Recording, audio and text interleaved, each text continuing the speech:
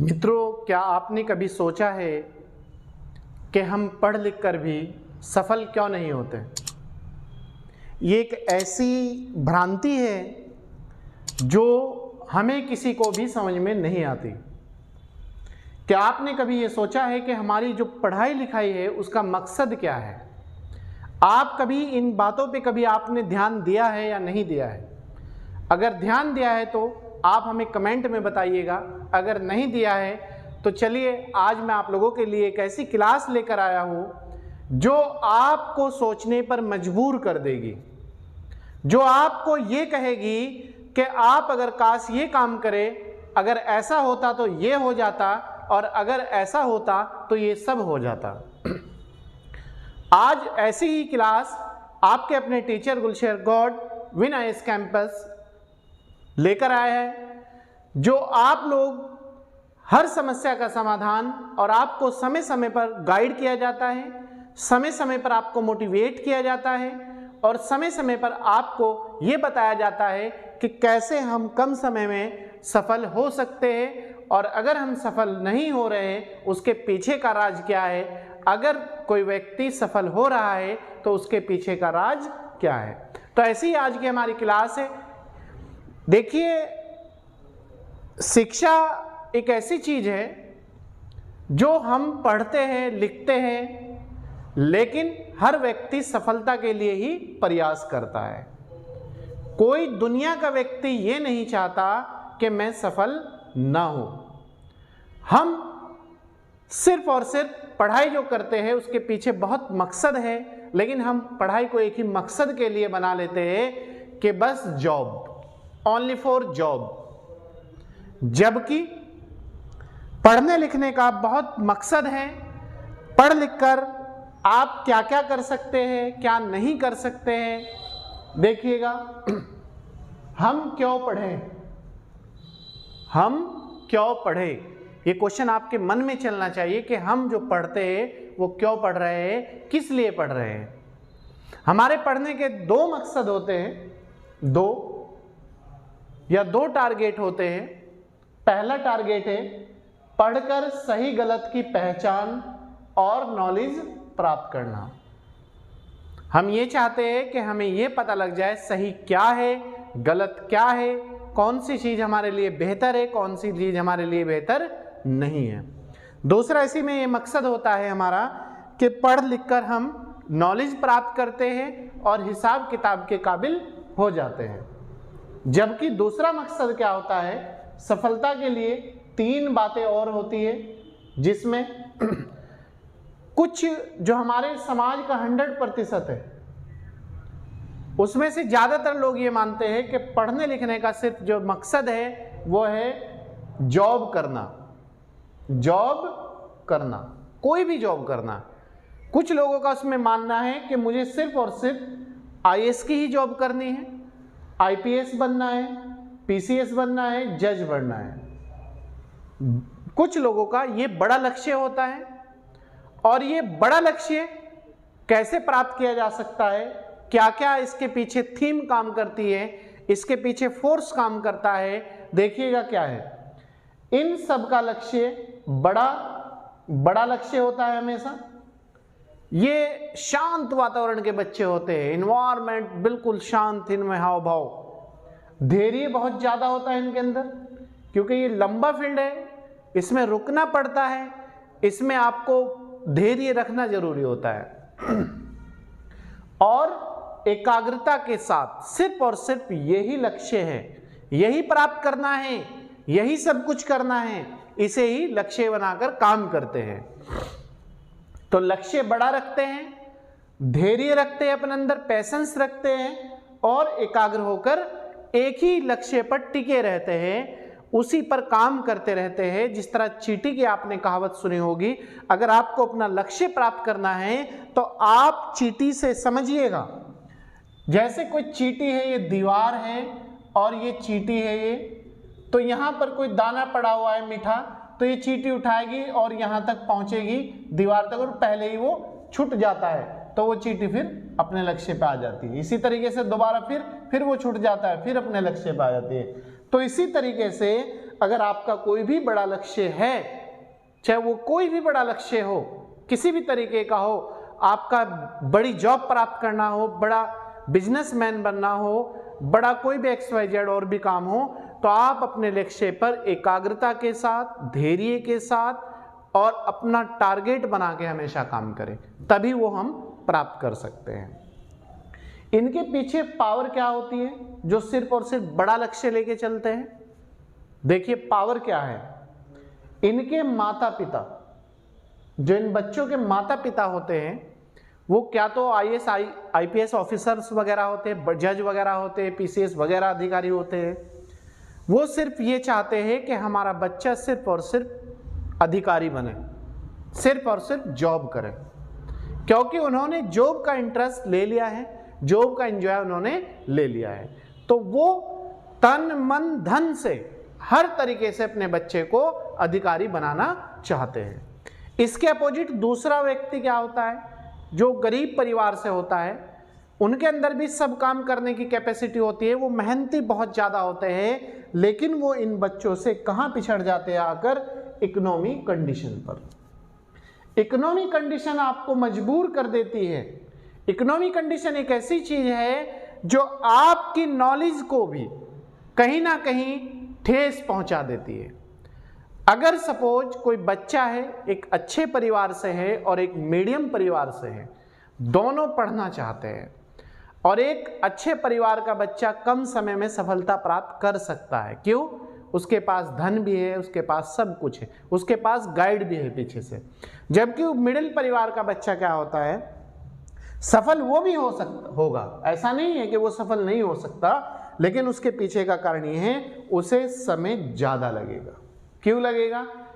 कि उसे अपना बैकग्राउंड भी चेक करना है कि मैं कितने समय में क्या करूँगा। उसकी एक दो टेंशन रहेगी, एक तो अपना लक्ष्य रहेगा और दूसरा ये रहेगा कि मुझे परिवार को भी देखना है और पीछे का मेरी समस्याएं ये है।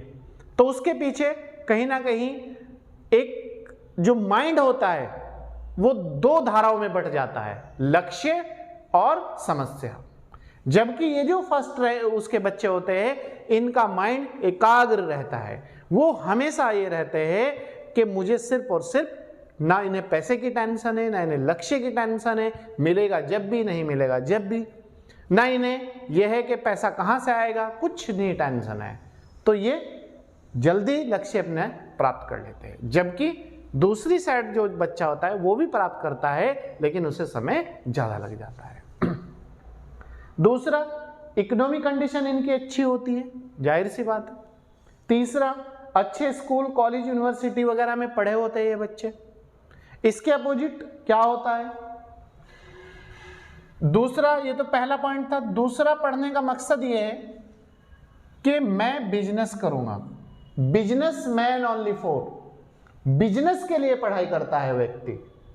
ये दूसरी क्लास वर्ग होता है। जैसे आपका Jio company, Mukesh Ambani, Anil Ambani, Tata, Warren Buffett, ये सब इस तरह के लोग हैं। इनके बच्चे आपने कभी नहीं देखा होगा कि ये कभी कोई तैयारी करेंगे या कोई छोटी मोटी जॉब करेंगे। इनका सिर्फ और सिर्फ मकसद जो होता है वो होता है बिजनेस करना, बिगिनर बनना, बिजनेस में बड़ा लक्ष्य प्राप्त करना।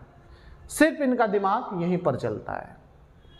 तीसरा जो वर्ग होता है उसका लक्ष्य ये होता है, जो मीडियम होता है, कहीं छोटी मोटी जॉब लग जाए तो बस हम अपना परिवार चला लेंगे, अपने बच्चों का पालन पोषण कर लेंगे और अपनी थोड़ी सी नीड पूरी कर लेंगे। घर वगैरह मिल जाएगा, गाड़ी मिल जाएगी छोटी मोटी, अपना बाइक वगैरह मिल जाएगी। तो यही सब तीसरे वर्ग का जो लक्ष्य है। 3 वर्गों की कैटेगरी शिक्षा होती है।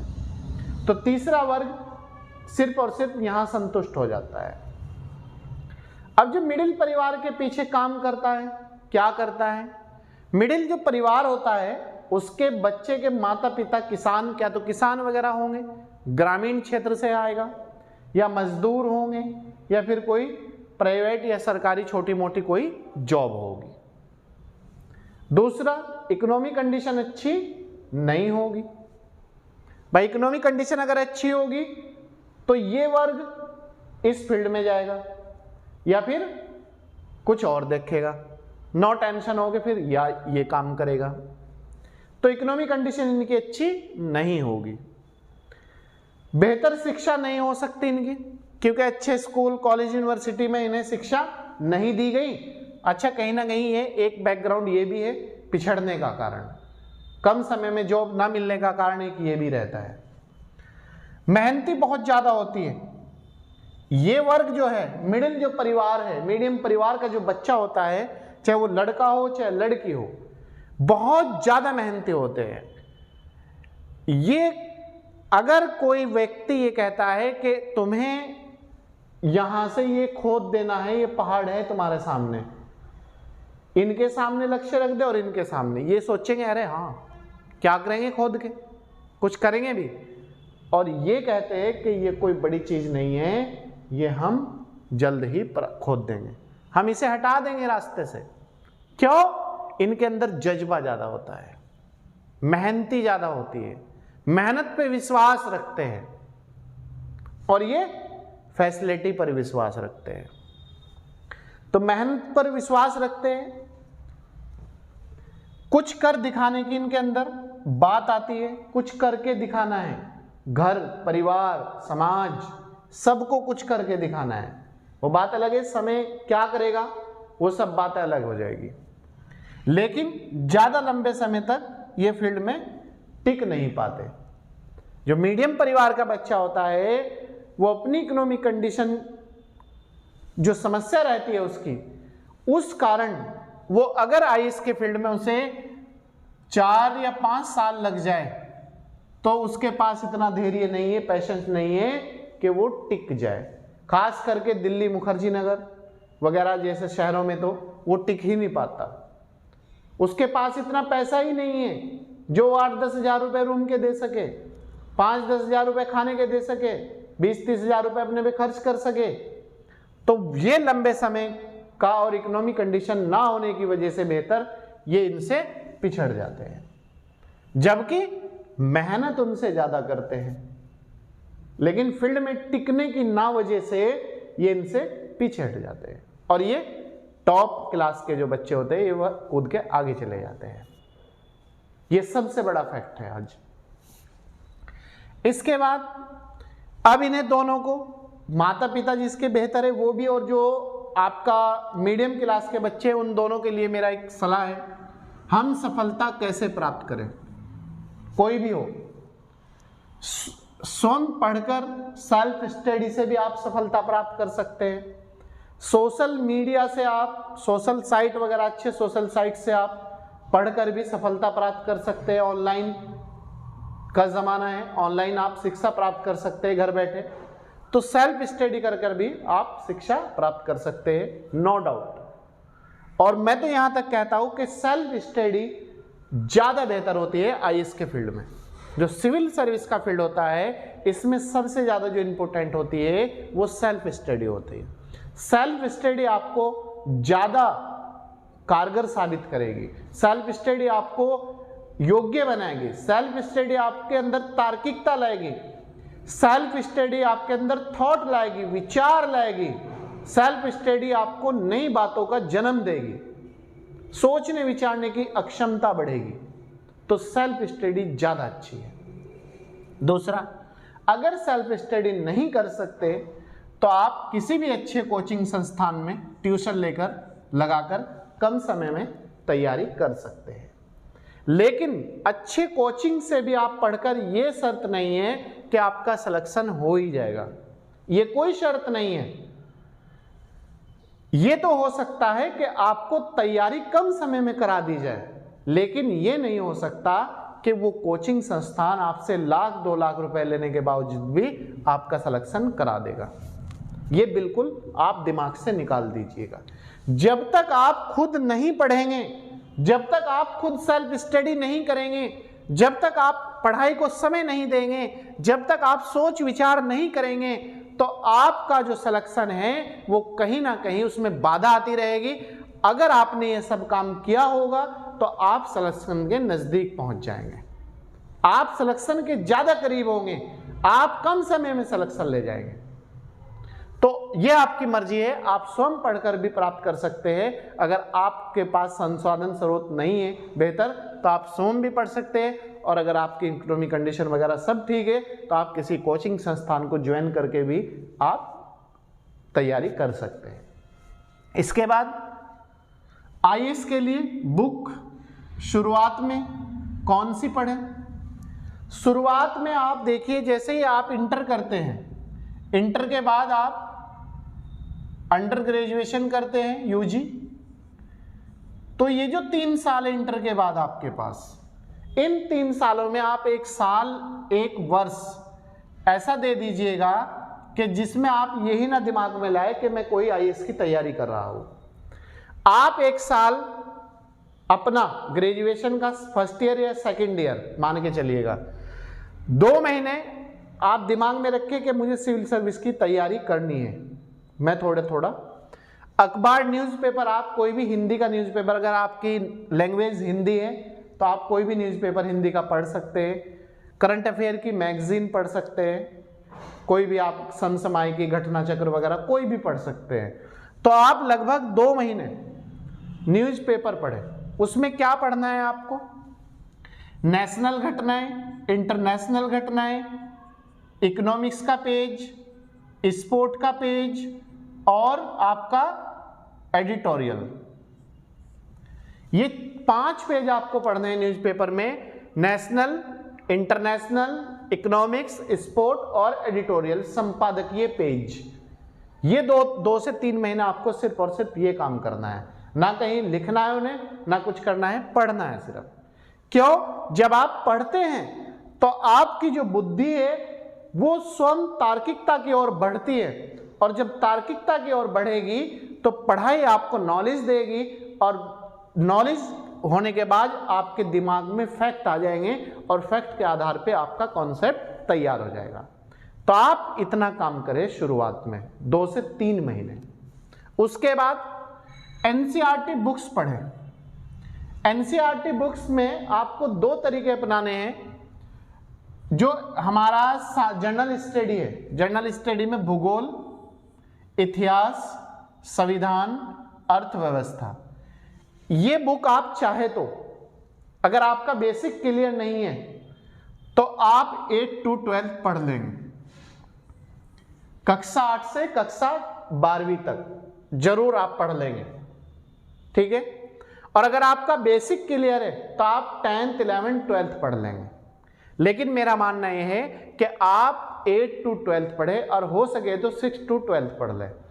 क्यों पढ़े सर हम 6 to 12? इसलिए पढ़े मेरे प्यारे बच्चों कि आपका जो एनसीईआरटी बुक्स होती है उसकी जो लैंग्वेज है वो बहुत आसान लैंग्वेज होती है। उसमें बच्चों की तरह समझाया गया होता है, उसमें फैक्ट कम होते हैं, कॉन्सेप्ट ज्यादा होता है। और ये एनसीईआरटी बुक्स आपकी नींव तैयार करती है। आप एक चीज बताइएगा मुझे कि कोई भी इमारत अगर हम खड़ी करते हैं, कोई बिल्डिंग, अगर हम उसकी मजबूत नींव ना डालें, मजबूत नींव का निर्माण ना करें, तो क्या आप उस पर एक अच्छी इमारत का निर्माण 3-4 बिल्डिंग या 10-20 बिल्डिंग खड़ी कर सकते हैं? नहीं कर सकते। इसी तरीके से पढ़ाई की बात है, और ये तो एक ऐसा फील्ड है जो आपको राजा बनाता है, जो आपको सबसे बड़ा अधिकारी बनाता है, जो भारत की सबसे बड़ी सेवा की आप तैयारी करने जा रहे हैं, जो आपको एक आम से लेकर खास तक पहुंचा देता है। ये तो एक ऐसा फील्ड है, इस फील्ड के लिए आपको नॉलेज अगर नहीं होगी तो आप आगे चलकर कैसे काम करेंगे? आप आगे चलकर कैसे प्रारंभिक परीक्षा पास करेंगे, कैसे मुख्य परीक्षा पास करेंगे, कैसे आप इंटरव्यू पास करेंगे, कैसे आप आम नागरिक से बात समझेंगे, कैसे आप आम नागरिक की समस्याओं को समझेंगे? जब आपने बेहतर तरीके से पढ़ा होगा तभी आप इन सब का समाधान कर सकते हैं। तो इसलिए आप भूगोल, इतिहास, संविधान और इकोनॉमिक्स ये 8 to 12 पढ़ लें। बाकी इसके बाद फिजिक्स, केमिस्ट्री, बायो, जो साइंस की बुक है वो आप 9th, 10th पढ़कर भी काम चला सकते हैं। 9th, 10th पढ़कर काम चला सकते हैं साइंस की बुक। भौतिक विज्ञान, रसायन विज्ञान और जीव विज्ञान। ये तीनों आप 9 से 10th क्लास की बुक पढ़ ले, बहुत है, नो डाउट, आप इतनी पढ़ ले, कोई दिक्कत वाली बात नहीं है। इसके बाद सी सेट का क्या करें सर? सी सेट में आप प्रतिदिन मात्र ज़्यादा नहीं 2 से 3 घंटे दिए हो जाइएगा। 2 से 3 घंटे पैसेज वगैरह पे कम से कम 2-3 पैसेज रोज डील करें। क्यों डील करें पैसेज सर हम?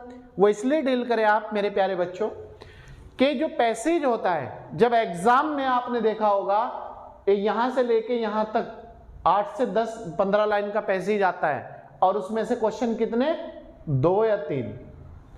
तो पैसेज इसलिए डील करना है आपको दिन प्रतिदिन कि जो आपका पैसेज होता है जब आप उसे प्रतिदिन पढ़ते हैं तो आपका जो दिमाग है वो चीज़ों को एब्जॉर्ब करने लगता है और एब्जॉर्ब करने के साथ साथ उसके अंदर तार्किकता आ जाती है, समझ पैदा हो जाती है और वो चीज़ों को कम भूलता है।